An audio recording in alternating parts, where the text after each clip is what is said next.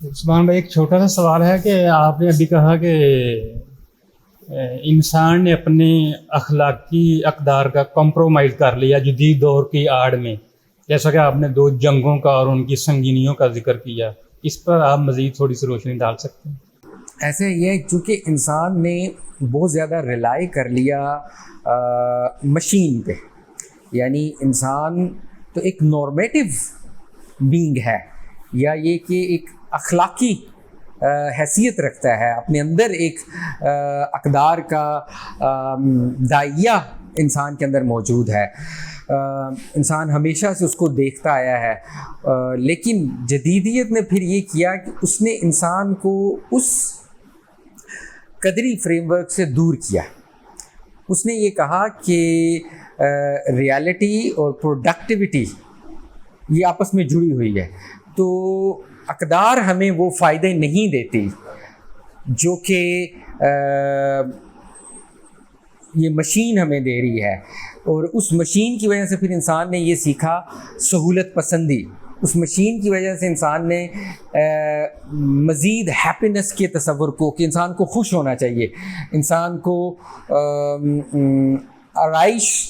یا انسان کو آسائش میں رہنا چاہیے، اور اسی وجہ سے جو اخلاقی تصورات بھی پھر جدیدیت نے ڈیولپ کیے وہ پھر اسی طرح کے ہمارے سامنے آتے ہیں۔ ہیڈونزم،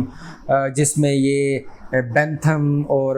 اسٹوارٹ مل جیسے لوگ ہیں، وہ یہ کہتے ہیں کہ گڈ یعنی اچھائی کسے کہیں گے، یہ تصورات ہی بدل گئے۔ انہوں نے کہا کہ گڈ ہم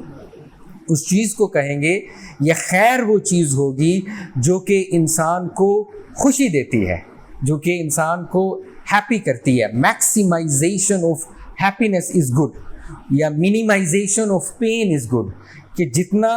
آپ اپنی خوشی کو بڑھائیں گے، جتنی آپ کو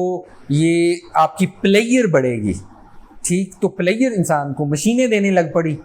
تو انسان نے پھر اپنی اس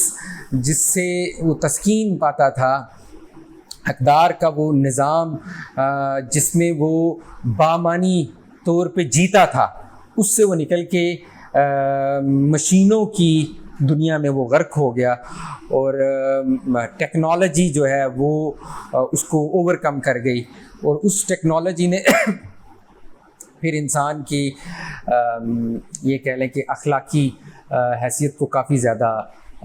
ڈیمیج کیا، اور انسان اتنا زیادہ اس میں ہوا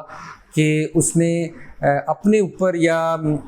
اخلاقیات کے اوپر غور کرنا بہت